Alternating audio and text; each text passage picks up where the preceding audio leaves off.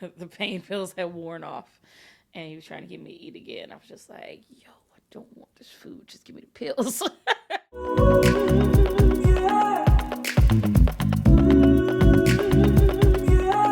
Hello, everyone. It is Lake and Love here, and I am coming to talk to y'all today about my UFE journey. I finally got it done last Friday. I had my uterine fibroid embolization, and it is a non-invasive surgery where they go in through your groin. They insert this huge catheter and a needle into your vein that is the size of an angel hair pasta. So they do blow up your vein to get it in there. And they put in solution while you're in dye contrast under an x-ray. She finds where those fibroids are being fed, and she seals off those veins. The best part about your uterus, you have many veins that feed it into your uterus, but there's some you don't need. They're just feeding your fibroids. So with that, in the next 3 to 6 months, I should see a significant difference in how I feel and how I look. I can already tell I've dropped a few pounds this past few weeks because I really haven't been eating or haven't had much of an appetite.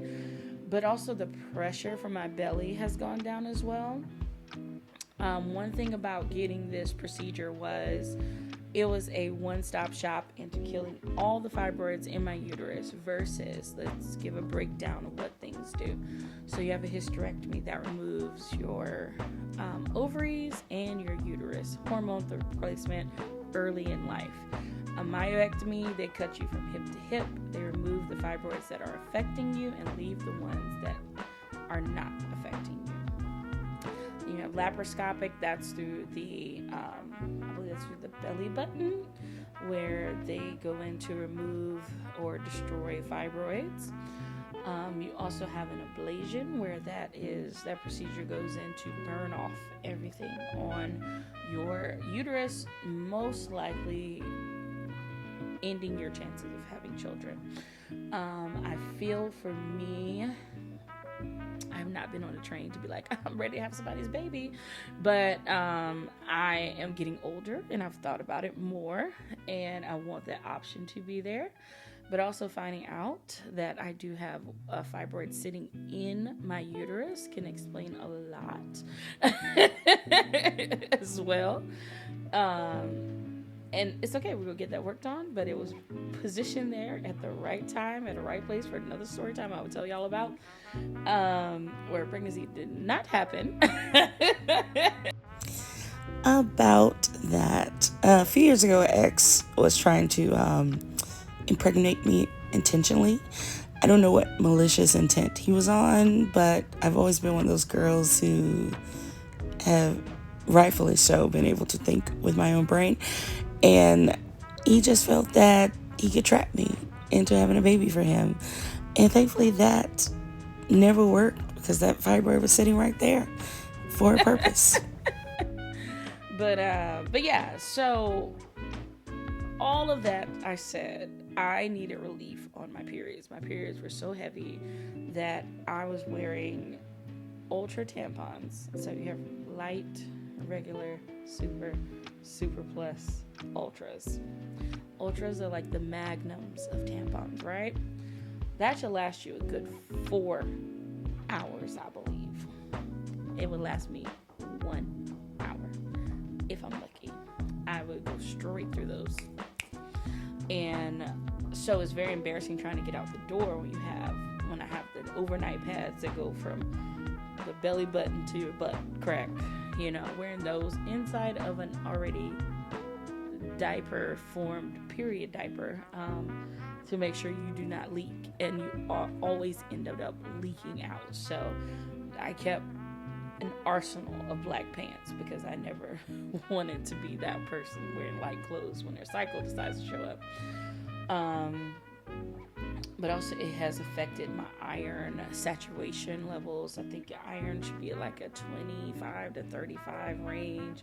Mine was at 4 for saturation, which is really bad. I know, it's terrible. And only one iron pill worked for me, so now I can start taking those iron pills again. I do feel a little energy burst now that I've gotten it done. But I'm not going crazy like that. I did a gig last night and I did a memorial service tonight. So I'm going to be parked here tomorrow, and I have a wedding on Saturday. And after next week, I should be able to go back to my normal way of life and get back into the gym. But we shall see. We're going to take it one step at a time. We definitely need to walk because these pain pills are causing a lot of constipation and gassiness and all the things. But let's talk about the procedure first. Friday, my good friend drove down from Augusta. He literally came in from work and took me to the hospital. I had to be there at 7:30. My procedure was 8:30, so they get me back there. They do all the things like change into your gown, change into, you put your hair away, you put take everything off, and they start your IV. They give you a Xanax, they give you some Zofran and some nerve blockers for the procedure. Feeling good. They sent Britt back. He came back and sat with me, so they rolled me off to the operating room. It took about an hour and a half, I believe, if I'm not mistaken. Mid-procedure, I started to feel uncomfortable, and at that point, she had been working away. I had been asleep, and I started to feel like a burn from the blockage of the fibroids. So I was pouring sweat. They're trying to cool me down. Shouts out to Dr. Nelson's team. She had a wonderful group of ladies who took very great care of me, as they will you if you choose to get this procedure done with them. And after that was over, I had to go back into triage and lay there for 2 hours. They put this suture in my leg because they went through my groin, and this was to seal off the vein from bleeding out. And they put a piece of collagen and an anchor underneath my skin. I have to carry this little pamphlet around me for 90 days until it absorbs into my body. But yeah, so once I got back into the triage room, I'm laying there. They drop some pain meds, and I'm at this point that cramping is really starting to happen, and I am in the worst pain I've ever experienced in my life. I will not say that this was an easy procedure, but those first 24 hours were pure hell after that procedure. I wanted to get up and use the bathroom, but I couldn't. The nurses wouldn't let me get up, and I was like, okay, fine. So I laid there another hour and a half because they wanted me to lay flat to keep my legs stable for that suture just close up. So they tried a bedpan. I couldn't go. Tried a bedpan again. She's like, did you pee? I was like, yep, I did. Didn't pee. I thought I did, but I didn't.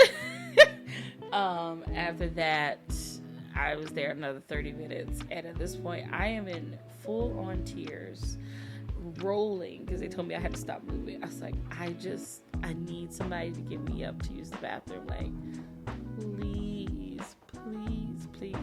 I am pleading and crying to go to the bathroom. I think the lady kind of felt sympathy for me, so they finally let me up, and they were like, please don't fall.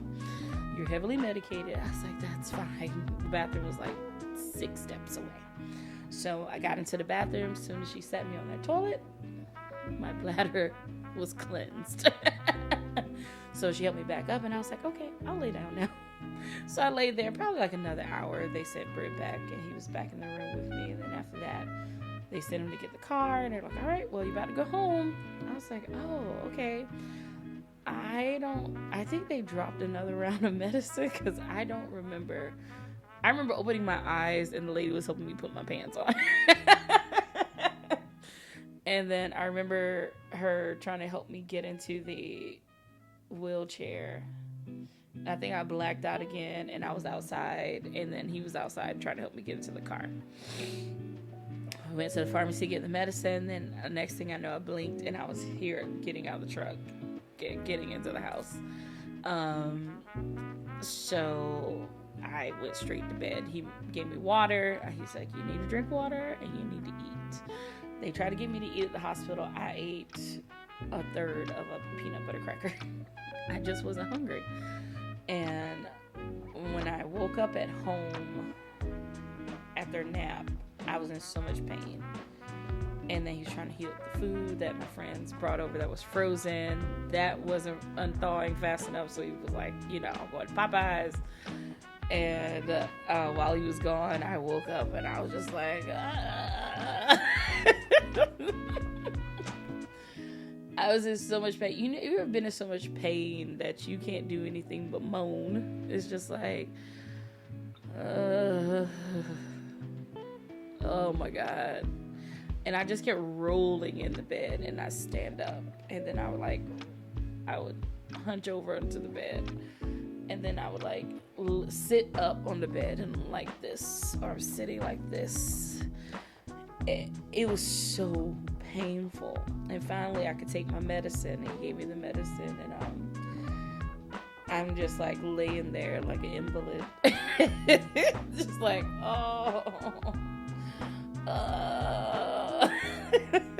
do it the most, because I was in that much pain. And finally I passed out, and he said while I was asleep I was on quite the adventure, because I was laughing and kikiing it up with somebody, I don't know. And then when I woke up again, the pain pills had worn off, and he was trying to get me to eat again. I was just like, I don't want this food, just give me the pills. So they sent me home with anti-inflammatory. They sent me home with ibuprofen. They sent me home with a narcotic pill. They sent me home with antibiotics, and I think those are the only 3 I took. And also I needed gas pills, because we're gonna get to the gas part. So they sent me with this wonderful post, care worksheet, and